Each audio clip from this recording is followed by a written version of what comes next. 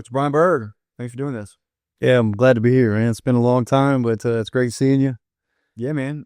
You were a big part of this Little Rock staff. I mean, I think people know your name. They know your face for sure. But I don't know if everybody knows like what a big part of the success that you were of this team. And kind of starting out, let's talk about your initial connection to Chris Beard. You had kind of an unorthodox kind of way of not necessarily meeting him for the first time, but kind of reacquainting yourself and kind of segueing into your coaching career. I got a chance to meet Beard in 1993. He was, I think, a student manager for Tom Penders at the time. I was a camper at the University of Texas in Austin basketball camp. He coached me. He had a lot of energy, a lot of fire, a lot of passion. And as he kind of worked through his career, I had a chance to follow it. And I think I finished my graduate assistantship at Lake Erie College. And after that, I knew I wanted to coach college basketball, but I really didn't know any coaches in college basketball. So I Googled Chris Beard, and I saw that he was working at Texas Tech. I said, hey, this guy works for Bob Knight. I'd like to go work for him. So I started writing handwritten letters to Chris Beard. I wrote handwritten letters to Bob Knight for 29 straight days. On the 30th day, I got the phone call from Chris Beard, and he says, hey, is this Berg? I said, yes, sir. He goes, two things. One, it's evident you want to become a college basketball coach. Two, stop writing letters to Bob Knight. He's all over my butt. He says, Berg, you played Division VII basketball. You probably need to go the junior college route. Borrow money from your mom or dad. Fly across the country out to Kansas. Track down a coach by the name of Brian Marceau and beg for a job. Well, I did it. I took his advice. I flew across the country, borrowed money from my parents. Tracked down Brian Marceau at a Applebee's and begged him for a position. And he said, you came this far. Brian Marceau said, you came this far. I'll offer you the job. I gladly accepted. I didn't realize that I was only going to make $7,500 and live in a dorm room. But I took Beard's advice, and that was the start of him being a great mentor to me throughout my career. And I'm fortunate to still work with him today here at Ole Miss. And what year is that? Do you remember when you're writing letters to? Yeah, I'd finished my undergrad degree in 2003. So I was a GA from 03 to 05. So in the spring of 05 is whenever I started really cranking out the letters. Okay, so almost 10 years later, that's whenever, Beard is hired in Little Rock. I think his press conference was early April, and you were the first person that he added to that staff. Do you remember the first, kind of contact he made with you about coming to Little Rock? I did, in typical Coach Beard fashion. I think it was around 1 a.m. one evening, but I was in a great situation. I was working for a phenomenal head coach in LaBelle Moton at North Carolina Central. Previous year, we went to an NCAA tournament, and then right as Coach Beard just finished the season in the NIT, we got beat by Miami, but had a great run at North Carolina Central, and got the phone call. It was late at night. Communicated with Coach Beard. He had mentioned that he might have an opportunity at Arkansas Little Rock, and he asked if I had some interest. I said I'd love to talk to him, and 3 days later, I was on a flight, and I was headed out to recruit with him. And we kind of hit the ground running as soon as we stepped foot on in the Jack Stevens Center. I think we put some unbelievable hours in. We had this conviction amongst our entire staff. But as soon as we got there, we knew we had to build quality relationships with the players that had the ability to return, and then we were just recruiting night and day. And it's an interesting dynamic. Is we spent tons of hours and tons of time trying to build those relationships, and felt like some days we were sleeping in the Jack Stevens Center. When I think of Brian Burg in those days, I have this vision of you just like walking around the concourse area on your phone. Like I swear 95% of the time I saw you, it was like I would be walking up to the basketball office, you would be on your phone, you might like give me like a little wave or something, but like was that as big a percentage of your time as it seems like to an outsider? I spent a lot of time pacing the concourse level, making important phone calls, trying to build relationships. We knew we wanted to acquire some talent that would help us have the ability to win games. This by far some of my fondest memories in coaching was during that time period whenever we first took over the job at Arkansas Little Rock. And the recruiting piece, you were a huge part of that. Two guys that you played an integral role in bringing in, Jermaine Ruttley and Marcus Johnson. We'll call him G because that's what everybody else called him, Marcus Johnson. But let's start with Ruttley. What was that? Was there any relationship before Little Rock? What was the process like of recruiting him? And then like, the type of player you guys ended up getting out of Jermaine? Well, Jermaine is one of the toughest guys myself and our staff has ever coached. But if you look back at his recruiting story, he was a phenomenal player. I was familiar with his game. He had played at FAMU the year before. He put up huge numbers in the MEAC conference that I was coaching in. Very familiar with how he played. Very productive player whenever he played. He was committed, I think, to another institution. And then as soon as he decommitted, we made contact. And his recruiting story is we made contact, and about maybe 24 hours later or less, he and his father were on a flight, and they were in Arkansas Little Rock, and we were joining a visit. And I think that's kind of where the motto started, why not us? He was the first person to look at Coach Beard, look at myself, and came up with the idea of, hey, why not us? And that kind of stuck for the whole year with the entire team. Why not us? Jermaine jumped on quick. He was one of the hardest workers and one of the toughest guys that we ever coached. In regards to Marcus Johnson Jr., very unique story there is I think I was the first person to offer him a Division I scholarship. I was at North Carolina Central. He was out of Charlotte at the time. He ended up going the junior college route and became a junior college All-American. Close relationship with one of his coaches, or a couple of his coaches, especially Michael Wright, and then Coach Ben Johnson, and then also close relationship with his father. Really connected with his father, and then also his junior college coach, Sweet Trinkle. Marcus went on a couple visits, did not commit on those visits, and then had the ability to come to Arkansas Little Rock, made the decision to jump on board, and what a phenomenal year that Marcus had for us. Yeah, and a word that you used there a few times that I can remember you using it at Little Rock as well when you talked about recruiting his relationships. Like, I don't think I understood really until I watched you recruit how much recruiting comes down to relationships with coaches, with players, family members, there's this incredible web that you seem to have in terms of people that you knew. I always assumed recruiting was, the way you see it in the movies where you sit down and it's kind of about the pitch in person. But, you really helped me understand that so much of this is a relationship driven business, and the people you know, and then the people they know. And through those networks, you were able to get in touch with so many players. I mean, Jermaine Ruttley was a guy that whenever he committed, I can remember Jeff Goodman tweeting it out. That was a huge deal. There were Power 5 schools that were trying to recruit Jermaine Ruttley, and it was kind of through your relationships with him that we were able to bring him into the program. Yeah, I think whenever Jermaine jumped on board, I'll go back. I remember whenever he's eating breakfast with us, and he had his cell phone, and you could just hear it buzzing all day or all breakfast long of schools trying to get in touch with him. And I give him credit. He bought into our overall program as soon as he got to campus, built a quality relationship there, and really, really helped with his leadership. Just such a competitor. And that summer, I think he also set the tone with how hard he worked. He was always in the gym. And you go back to relationships. We talked about two individuals, and Marcus Johnson Jr. You talk about Jermaine Ruttley. I also think it was important, the relationships that we had with some of the returning players. We wanted to build a relationship with Higgins, with Mo Isom, with Stetson Billings, Roger Woods. There was a huge core group that was actually there, left, from what a phenomenal job Coach Shields did during his time at Little Rock.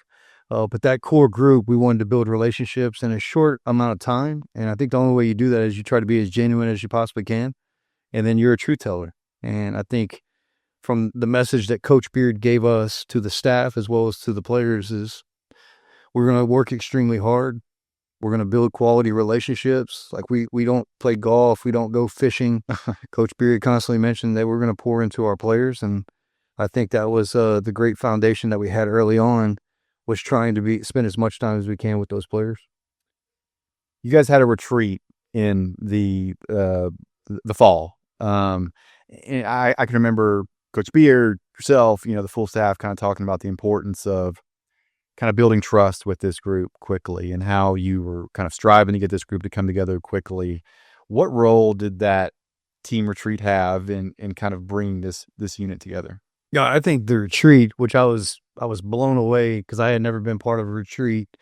I know we always heard stories, and Beard always talked about the Junction Boys and Bear Bryant and whatnot, but Ted Kress found the location, and it was kind of a long weekend. I remember guys sleeping on mattresses. Were you guys at Pettigene Mountain? Does that sound That's familiar? exactly where it was at, yeah. And it just brought our team closer together. I know you hear a lot of cliche statements where, hey, you're going to retreat and it's kumbaya. There was a lot of in-depth emotional conversations that took place, but I thought it gave us a great foundation. It was my first retreat. Working for Coach Beard is something that I'll never forget, but I really, really enjoyed that experience. I think that set the tone for the overall season. We could always go back. I remember I was playing in the NCAA tournament. We were talking about our first retreat, and it felt like yesterday at the time. But that was truly the first time where we set the foundation for what was going to come. And when you've got a group like that, and you already touched on this a bit, you know, building relationships through recruiting, but also with the returning players, you just kind of talk a little bit more about the challenge of, I mean, you got someone like Hagens and Roger Woods, like to a certain degree, those guys already kind of feel like it's their team and their program. You're bringing in guys like Marcus Johnson and Jermaine Ruttley, like those guys kind of come in and expect to be a certain type of contributor. What is the dynamic like as a coaching staff in making sure guys just kind of buy in collectively to this whole team concept? Well, we always say that we're in a race against time, and you mentioned a lot of the players. I think also for our staff, we were a brand new staff. Mm-hmm. The first time a lot of us had worked together, and I think it was great for our staff during that time period to learn about each other as well, because I think whenever you're able to peel back an onion at a retreat, you truly get a chance to know about someone, and that might be one instance in regards to the retreat, but also whenever you learn a lot about a person whenever you face adversity. So if you go to what we did during that retreat, building the relationships and then the players coming together, I think it all goes back to Beard's messaging. Hey, we're in this together, and we're going to be the toughest, hardest working team, and we're never going to beat ourselves, and it's all about the team. It's almost like more of a team ego rather than an individual ego. I think it took a lot for the older players, especially some of the returning players, to come back as everyone gelled together that, hey, this is our team. We're not talking about old players. We're not talking about new players, but this is Little Rock's team. And I give credit to the players buying into the overall program. That was one of the biggest keys. One game in the conference schedule that I think slips under the radar a lot is the win at Louisiana-Lafayette. And that was a big game. Louisiana-Lafayette, pretty sure they were picked to win the league that season. They had Sean Long, who ended up being the player of the year that year. And Little Rock's coming off a loss at Louisiana-Monroe. Really one of the first games of the season. We'd had, I think, 2 losses to that point. I think we had the Texas Tech loss. We had the Arkansas State loss there. The Monroe loss was a little bit different because they were really able to score the ball against us. I think they scored maybe it was 86 points that game. And all of a sudden now you're playing the preseason favorite in their gym 48 hours later.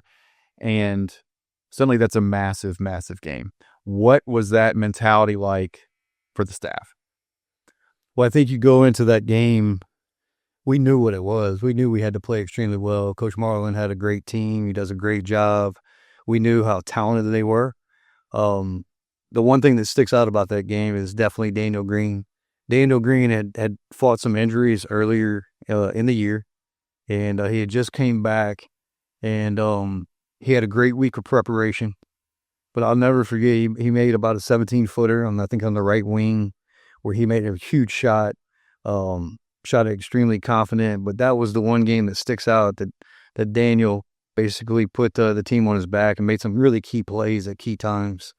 I think we were really prepared because we knew what we were going to face in regards to Sean Long and the rest of the talent that was on Lafayette's team. But the one thing that sticks out is Daniel's play, not just the shot, but also just the defense and then his energy throughout that game.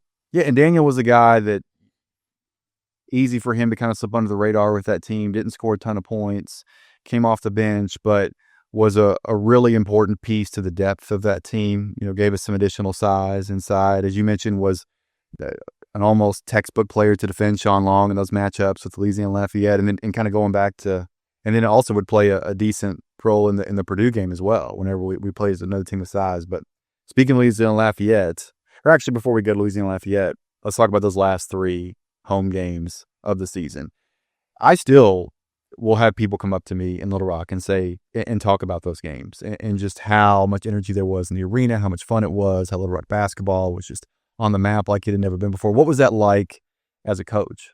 It was great. The last 3 games having sellout crowds. I mean, Little Rock, the community, they rallied around the program, standing room only.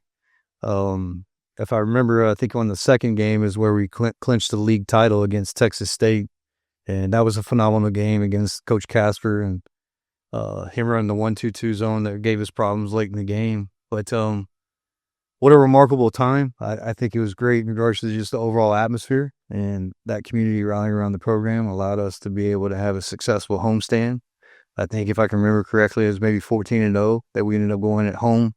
But the last 3 sellouts and getting a chance to cut down the nets on your home court, there's nothing better than that. 14-0 at home, took care of home court, 12 true road wins. I believe that was second in the nation that season. Switching gears just a bit, what made the team so incredible on the road that season? That's still a program record, the 12 true road wins. Coach Beard and his messaging and the day-to-day consistency that we buy into our process. And I think that the toughness is what we preach on a day-to-day basis. And players bought in. Did I say it happened overnight? No. But I thought our summer workouts were great. Give a lot of credit to John Barron, strength and conditioning. Guys got stronger. And then just the overall core group of players. Even Thomas Brandsma was a transfer at the time. He was sitting out due to NCAA rules. He had played under Coach Beard. His leadership, his ability to be able to get guys understanding what exactly the staff was wanting. But I give all the credit to the players. They're the ones that executed. They're the ones that bought in. That allowed us to have a lot of success. I can't say it enough. It's one of my most enjoyable years in coaching. Definitely going through the conference tournament too. I mean, you look back, people don't understand the pressure of playing in a conference tournament. Whenever you have to win, if you don't win, you're going to go home. And looking back, those are 3 memorable games that we played as well there too.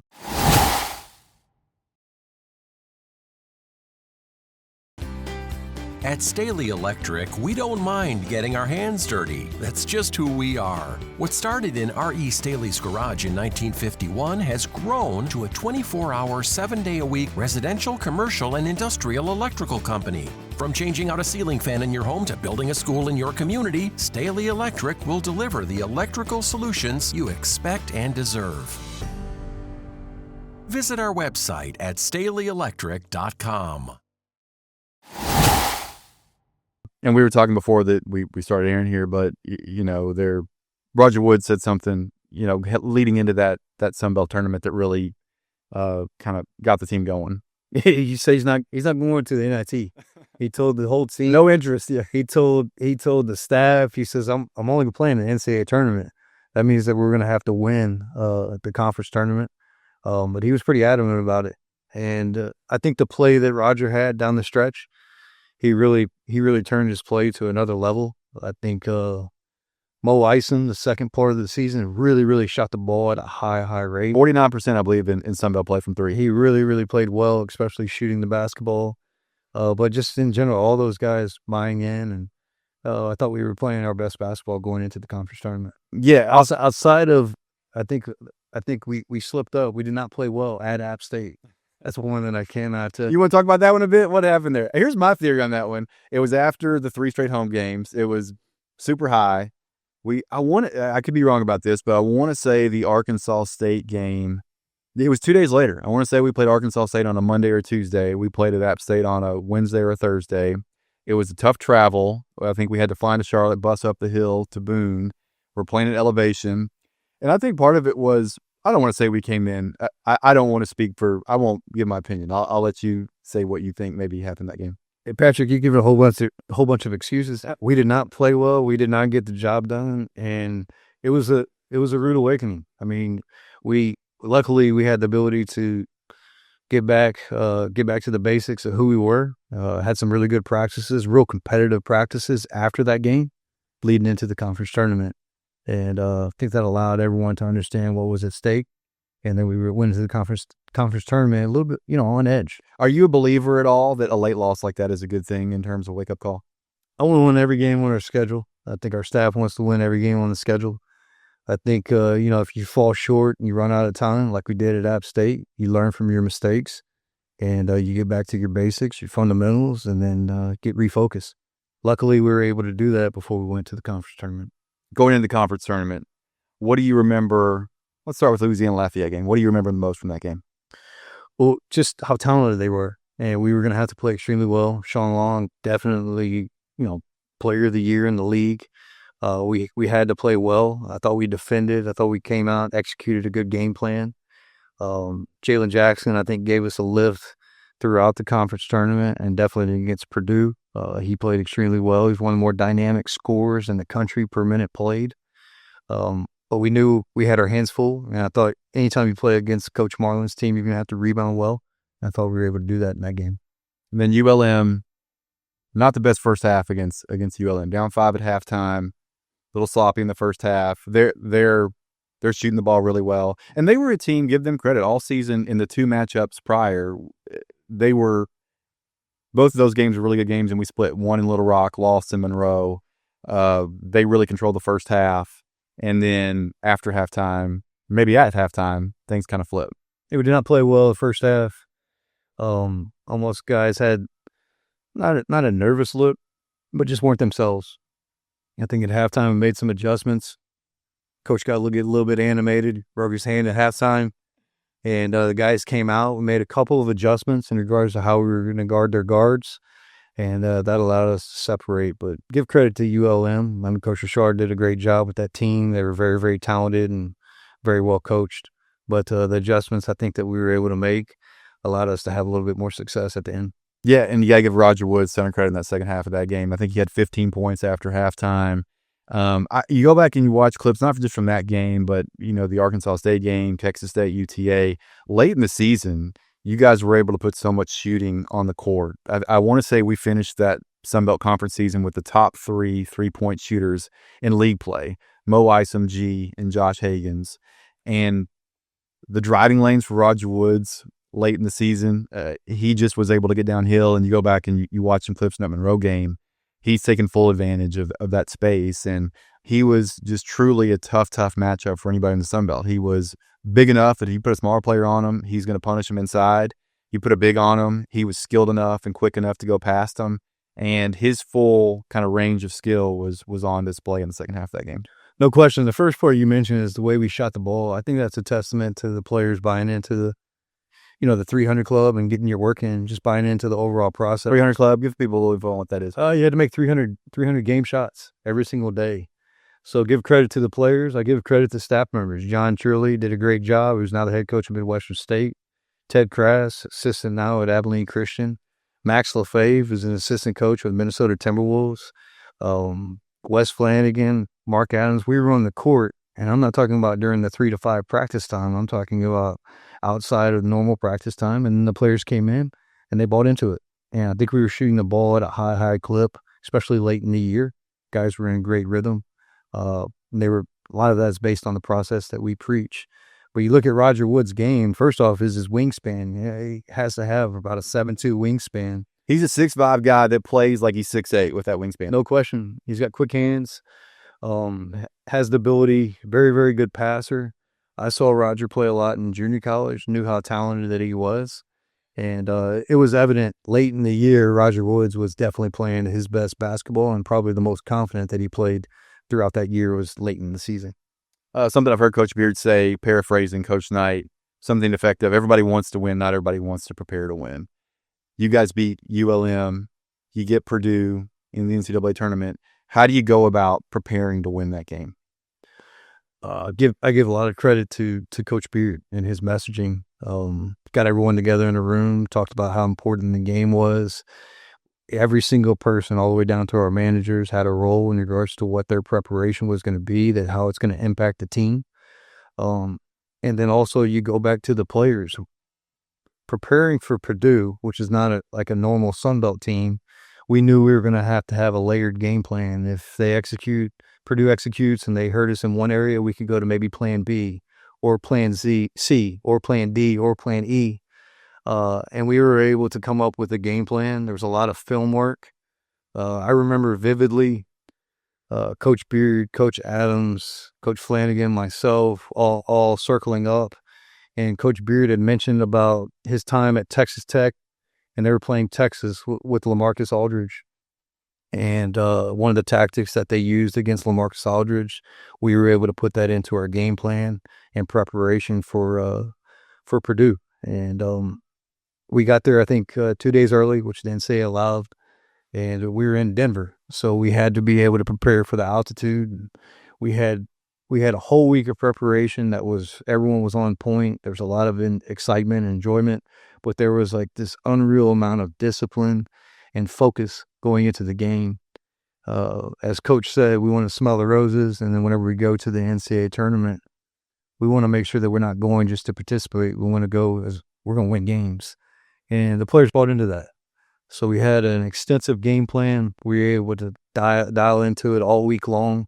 Guys felt confident. We had 2 days prep while we were in Denver, and we were going to go out and go toe-to-toe with Purdue. Last 5 minutes of that game, what's kind of going through your head as a coach on the bench? Right under the 4-minute media, we always talk about we never want to beat ourselves. And you could see it was a 13-point game with 3:33 to play.